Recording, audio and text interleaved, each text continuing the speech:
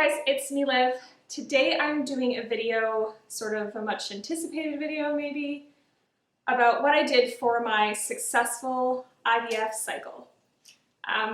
This might be a bit of a longer video. I apologize in advance just because I did do quite a few things and I want to go over them in detail so anyone who's curious and has sort of has a similar story to mine maybe can get some tips or things to think about for their own protocols. So bear with me. I also will be on my computer to kind of reference because I have it all saved like on a sheet there, so I need to reference it because it is a lot and I can't remember it all.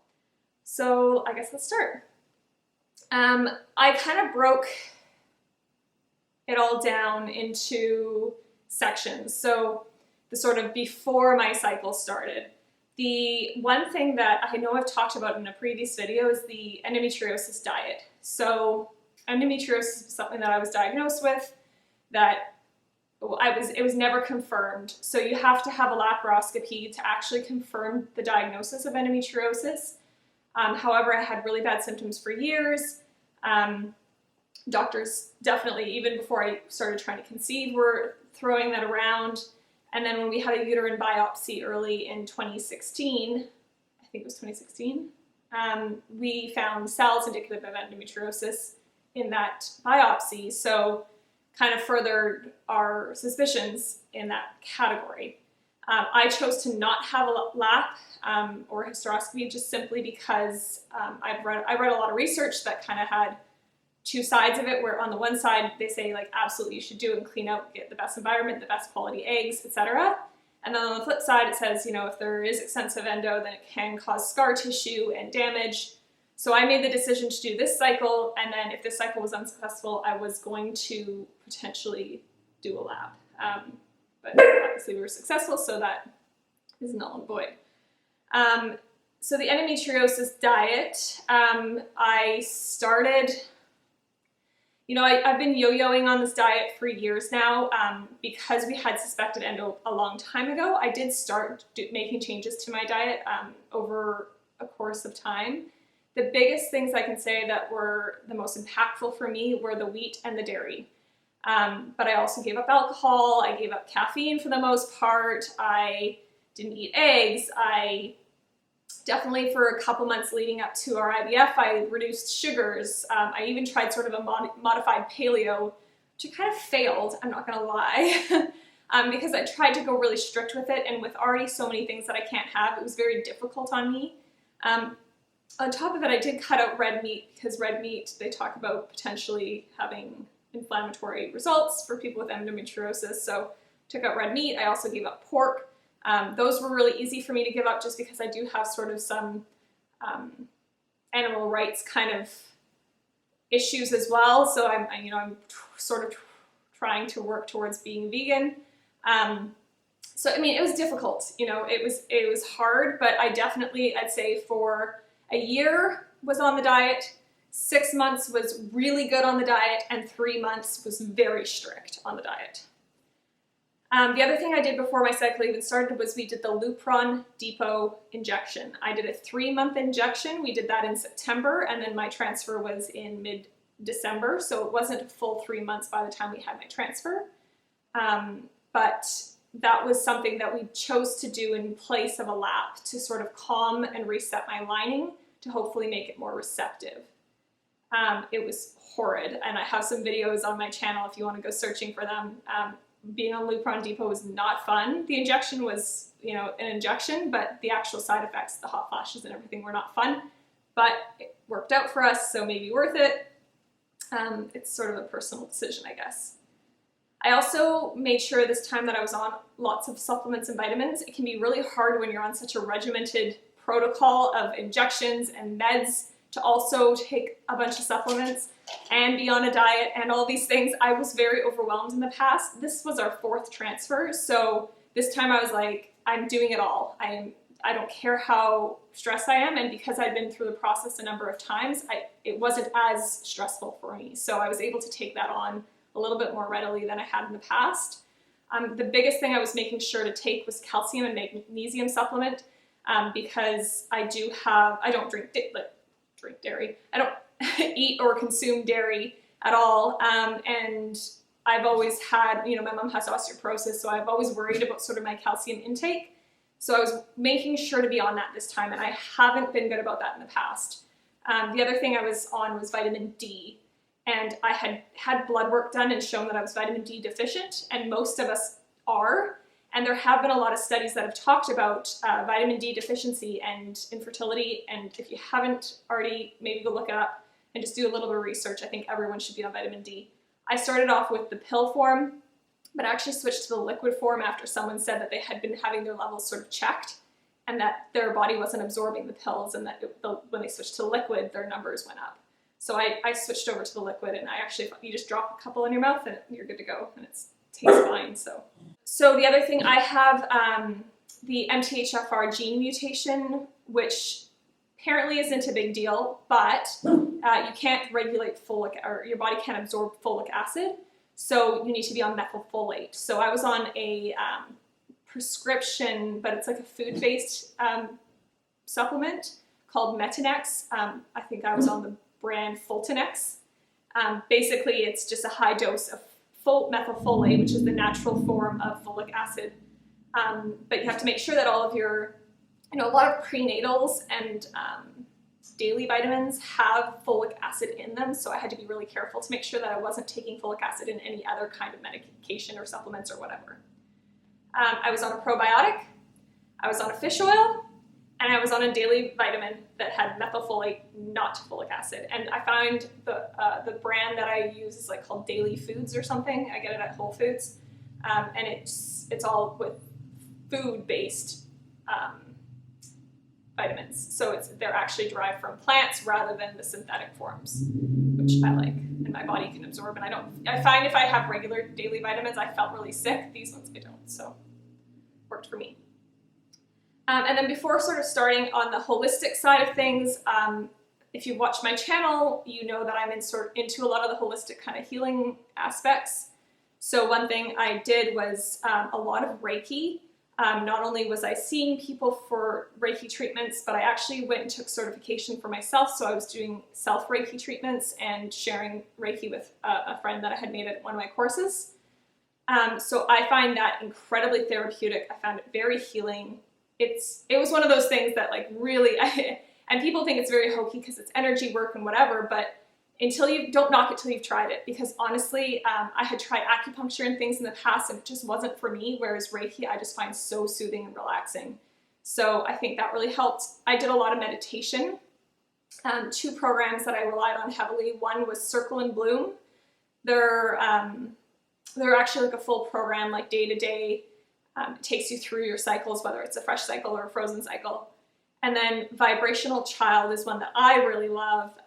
Alea Barnes has basically this site, and it's very kind of spiritually based. So it's talking about sort of the soul of the child that is meant for you, which I found a lot of peace and hope in those meditations. So I liked those ones. And then finally, crystals. So I invested in this beautiful moonstone necklace with a little pineapple and wore this every day. But I also did some work prior to starting my cycle with moonstone, like a large one over my ovaries. And then I also carried around unakite, jade. And then when I was feeling a little stressed, I would use howlite. So if you're into crystals, those are sort of the ones that I would recommend during your fertility cycle. Okay, so during my cycle, so the actual protocol itself, these were the things that I did. We did vaginal Viagra. So there are compound suppository that I had to do to help build a healthy and receptive lining. I ended up having triple stripe lining, which I've never had in the past, so I don't know if that was due to the Lupron Depot or the vaginal Viagra or luck, but definitely something that I felt contributed to it that was new that I had never done before. Prednisone, which is for immune issues. Because I have so many allergies, I was really concerned about my body sort of being in an inflammatory state also with the endo. So prednisone was another new thing that I tried this cycle that I hadn't ever used before. I'm still on that, actually. Enoxaparin, which is a blood thinner. A lot of people refer to it as Love Nox. That's, I think, the brand name. I started that a little bit before our actual cycle, but you know, in that same kind of realm. Letrozole, I did 5 days of that. I did daily Lupron. I had, you know, progesterone oil and E2V shots, which is estradiol valerate. Those were starting about like 5 days before my transfer-ish. And then another big one was the HCG uterine wash. So basically 2 hours roughly before my actual transfer, I went in, they took the, I think it was like Pregnil, it's basically HCG, and they put it into a syringe and inject it into your uterine cavity, and it's supposed to maybe help with implantation or make it an environment where the embryos feel more inclined to implant. I don't really know the science behind it. I did a little bit of research and thought it was worth a try, just why not, right? So that one might have contributed to our success as well. And then I also, in addition to the progesterone oil shots and the E2D shots, I was also on a compound suppository starting after my transfer. I did run into, at one point, my lining was a little bit thin, so we did have a delayed transfer. When my lining came back as thin, I added in L-arginine, vitamin E, and raspberry leaf tea. But I think the raspberry leaf tea was bothering my stomach. I was getting really upset stomachs, so I ended up stopping that and then stopped the vitamin E and the L-arginine sort of right before my transfer, just because I didn't want to mess with things.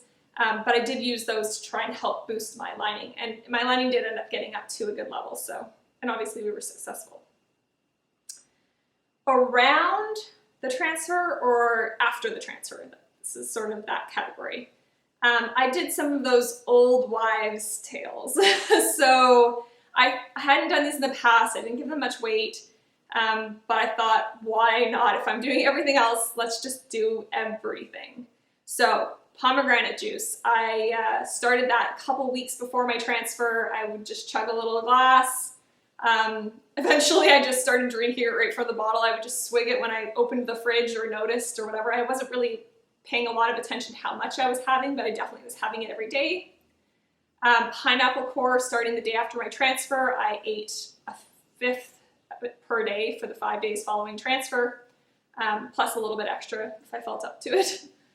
I did the Brazil nuts. I started this again like maybe a week before my transfer, just because I had bought a lot of them and I would have like 1 or 2, and then when I got a bit closer to my transfer, maybe 2 or 3 days out, I started having more to like 3 to 5. And then I continued that for a couple days, maybe up to 4 days past my transfer, basically when we came to fly home from New York. And then I also, after my transfer, did 2 days of bed rest. So the day of my transfer, I came home, I relaxed, kept my feet warm and elevated, so I had fuzzy socks, they were raised. I watched funny movies, I took it easy, I tried to eat warm foods. What else? They say laughter is good, so we were watching funny movies, like I mentioned, but that was on purpose. It wasn't just sort of a happenstance thing. I wanted to make sure that I was thinking light thoughts and happy thoughts. So I don't know if there's anything to that, but it made me feel good. It was nice to kind of just laugh and relax and take it easy. So that's sort of the rundown. I didn't do intralipids. I've been asked this a few times and people are asking me why I didn't do them. So the answer to that is sort of twofold. One, I did them with my last cycle, my fresh cycle that I did in early 2016, and that cycle was unsuccessful. Now, that's not to say that it, couldn't have been something else that maybe made it unsuccessful, but I did feel really unwell after our intralipid infusion, and it is made with soy and egg, and they say because it's going into your bloodstream and it's not the part of those things that are whatever. But my body's really sensitive, and I didn't feel well after, and I don't know if it was because of that, and I do have allergies, so I just thought maybe my body doesn't like it, maybe it's not helping it, maybe it's actually making things worse for me.